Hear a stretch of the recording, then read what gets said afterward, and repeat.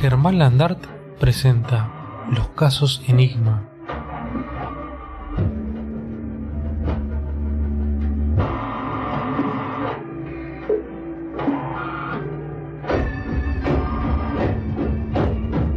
Episodio 9. Terror en la Antártida.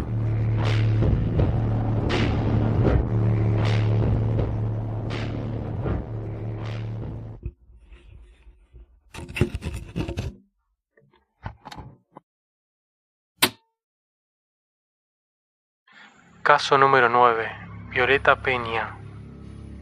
Esta declaración es una recopilación de grabaciones de audio realizadas por la doctora Violeta Peña en el año 1992 con respecto a los hechos sucedidos en la base científica Argonauta en la Antártida. Registro de audio realizado por Alexander Peralta, jefe de investigaciones de Enigma. Comienza la declaración. 8 de junio de 1992. Mi nombre es Violeta Peña. Soy médica y jefa de la Unidad de Investigación Biológica de la Base Científica Argonauta.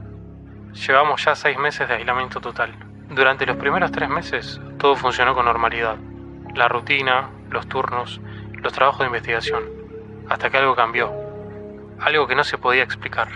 Comenzamos a notar pequeños fallos en la comunicación y las condiciones empeoraron progresivamente. Nadie sabía por qué. Lo primero que pasó fue que empezamos a sentir una presión extraña en el ambiente. Como si todo se estuviera volviendo más pesado, menos respirable. Al principio creímos que era el agotamiento, la falta de contacto humano, el clima extremo. Pero cuando los primeros casos de malestar físico comenzaron a surgir entre el personal, nos dimos cuenta de que algo no estaba bien. Algunos comenzaron a tener fiebre, otros se sentían desorientados, pero el síntoma más inquietante fue la pérdida de memoria temporal. Recordaban haber hecho algo, pero al poco tiempo no podían recordar ni siquiera haberlo mencionado. La situación empeoró con el paso de los días. Fue entonces cuando Elena, nuestra ingeniera, comenzó a comportarse de forma extraña. Primero, pequeñas actitudes. No respondía a los saludos y su mirada parecía perdida en el vacío. Hasta que un día desapareció. No la encontramos por ningún lado. Cuando la encontramos, estaba en el almacén, con los ojos completamente vidriosos, mirando fijamente las paredes. No respondía, no podía hablar. La tomamos y la llevamos de inmediato a la enfermería. Pero los médicos no pudieron hacer nada. Nadie sabía qué le estaba ocurriendo. En los días siguientes, varios más comenzaron a experimentar los mismos síntomas.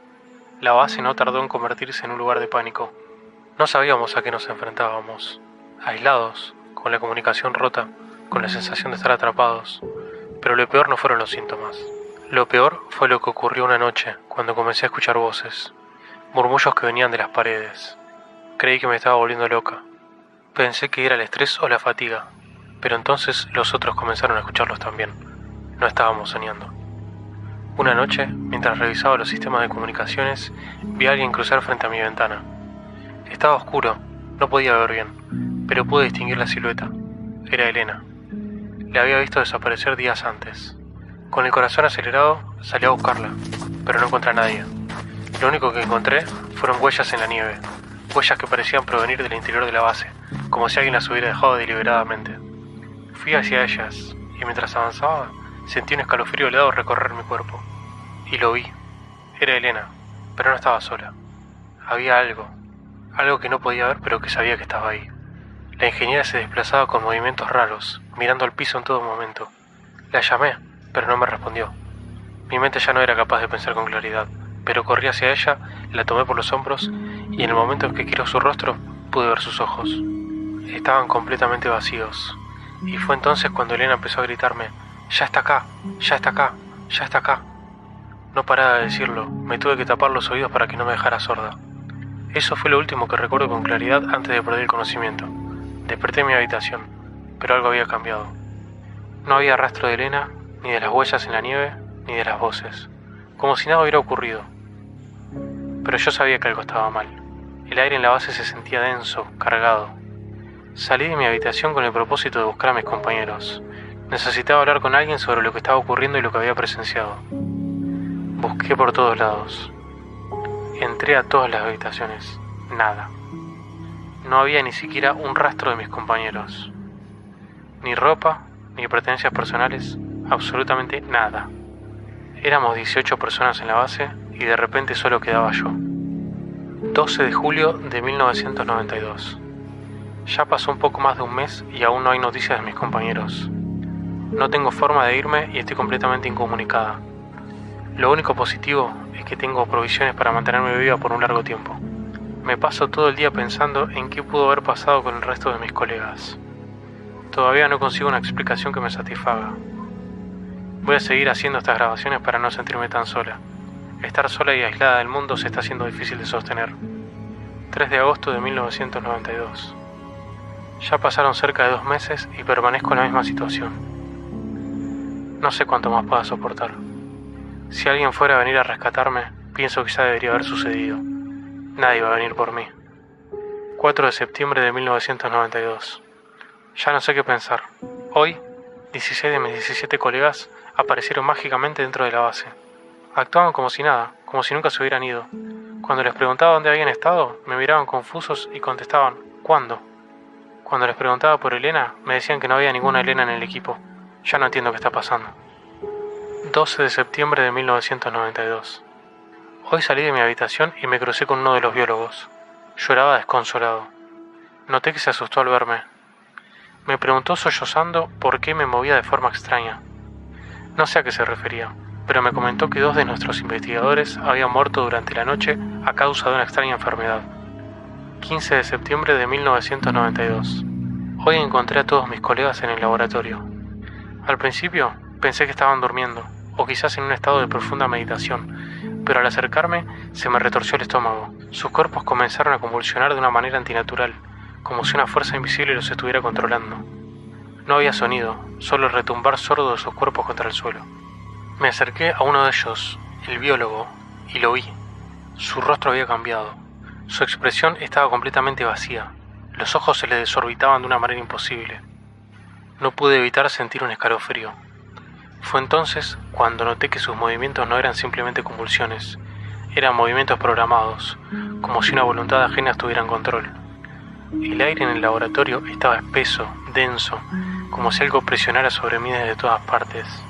El olor era nauseabundo, un sudor agrio mezclado con algo más, algo metálico. Y entonces uno de ellos levantó la cabeza y me miró, pero no era él. Sus ojos no eran los de mi compañero. Era como si hubiera algo más dentro, algo que había reemplazado la esencia humana que conocía. Lo peor de todo fue el murmullo que comenzó a salir de sus labios, una mezcla de susurros entrecortados y sonidos incomprensibles. Parecía que intentaban decir algo, pero las palabras eran ininteligibles. Algo me decía que no debía quedarme ahí, pero el miedo me paralizó. Estaba atrapada en un lugar que ya no era seguro, rodeada por gente que ya no era mi gente. No sé cuánto tiempo estuve observando y temblando, hasta que una risa baja y gutural comenzó a resonar en mis oídos. No provenía de ninguno de ellos. Me di la vuelta y vi algo en la oscuridad. Algo que no podía ver con claridad, pero que sabía que me observaba. En ese momento, algo se rompió dentro de mí. La mente humana no está preparada para el horror absoluto, para la imposibilidad de lo que estaba sucediendo. El terror que sentí no fue solo por ellos, sino por lo que había dejado de ser, por lo que estaba a punto de convertirse en la base, por aquello en lo que me estaba convirtiendo yo. La soledad ya no es mi mayor enemigo. Lo peor es que ahora, cada rincón de esta base, cada grieta en las paredes, parece esconder algo, algo que ya no puedo comprender. ¿Qué está pasando acá? ¿Quién está controlando todo esto? ¿O acaso somos nosotros mismos los que hemos dejado de ser humanos? Fin de la declaración.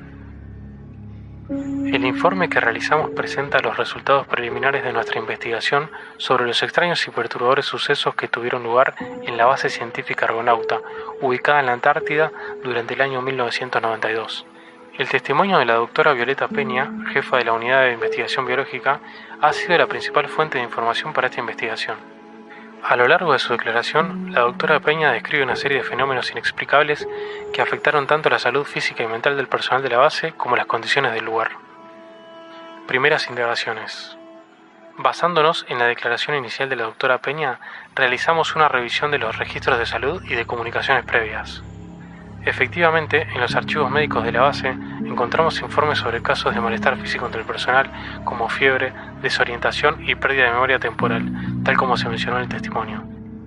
También verificamos la existencia de fallos en las comunicaciones, lo cual se corroboró con los registros técnicos de la base que indican interrupciones en los sistemas de comunicación a partir de abril de 1992.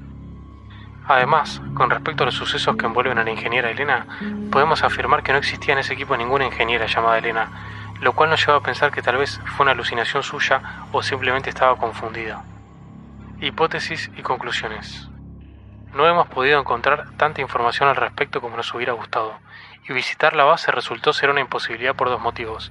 Primero, porque viajar a la Antártida requiere de permisos y de un presupuesto del que carecemos, y segundo, y más importante, porque indagando encontramos un informe periodístico en el cual se investigan las posibles causas del incendio de la base científica Argonauta en el año 1993. La investigación continuará, pero es claro que lo que ocurrió en la base científica Argonauta es un misterio que podría tener implicaciones mucho más amplias de lo que originalmente se pensó. Además de las anomalías físicas y las perturbaciones en las comunicaciones, nos hemos encontrado con un patrón inquietante relacionado con la salud mental de los miembros del equipo. Los episodios de desorientación, pérdida de memoria y en algunos casos alucinaciones colectivas podrían estar vinculados a factores ambientales desconocidos, tales como niveles elevados de radón o alguna otra sustancia química presente en la atmósfera de la base. Investigaciones previas han señalado que las bases en la Antártida pueden verse afectadas por factores psicoambientales, como la exposición prolongada a condiciones extremas de aislamiento, falta de luz solar y estrés elevado, lo que podría inducir a trastornos psicológicos y perceptivos. Otra posibilidad a considerar es que los extraños sucesos experimentados por la doctora Peña y el resto del equipo pudieran estar relacionados con la interferencia de tecnología no identificada. Si bien los registros de comunicación apuntan a fallos técnicos, no se descarta la intervención de equipos de espionaje o pruebas militares, ya que durante esa época la región fue objeto de experimentos militares secretos y proyectos científicos clandestinos de diversos gobiernos. Esto podría haber influido de manera significativa en la psique del personal y en los fenómenos anómalos reportados. Si bien la falta de acceso físico a la base y la imposibilidad de continuar la investigación en el lugar limitan nuestras capacidades, creemos que la clave para desentrañar lo ocurrido en la base científica Argonauta podría estar en los informes y registros que permanecen ocultos o clasificados. Es posible que el incendio de 1993 haya sido una medida tomada para ocultar pruebas o encubrir algún hallazgo peligroso. En resumen, la investigación no solo arroja más preguntas que respuestas, sino que plantea un panorama inquietante sobre las posibles investigaciones que se realizaban en la base y su conexión con fenómenos que aún no podemos explicar completamente. La desaparición de la doctora Peña y el extraño vacío en la documentación relacionada con ella dejan entrever que los eventos en la base científica Argonauta podrían tener implicaciones mucho más amplias, no solo en términos científicos, sino también políticos y militares. Esto fue Los Casos Enigma, donde el terror se convierte en verdad y las respuestas siempre esconden más preguntas. Si te animás, acompáñanos la próxima semana en un nuevo caso, pero recordá, no todas las puertas deberían abrirse.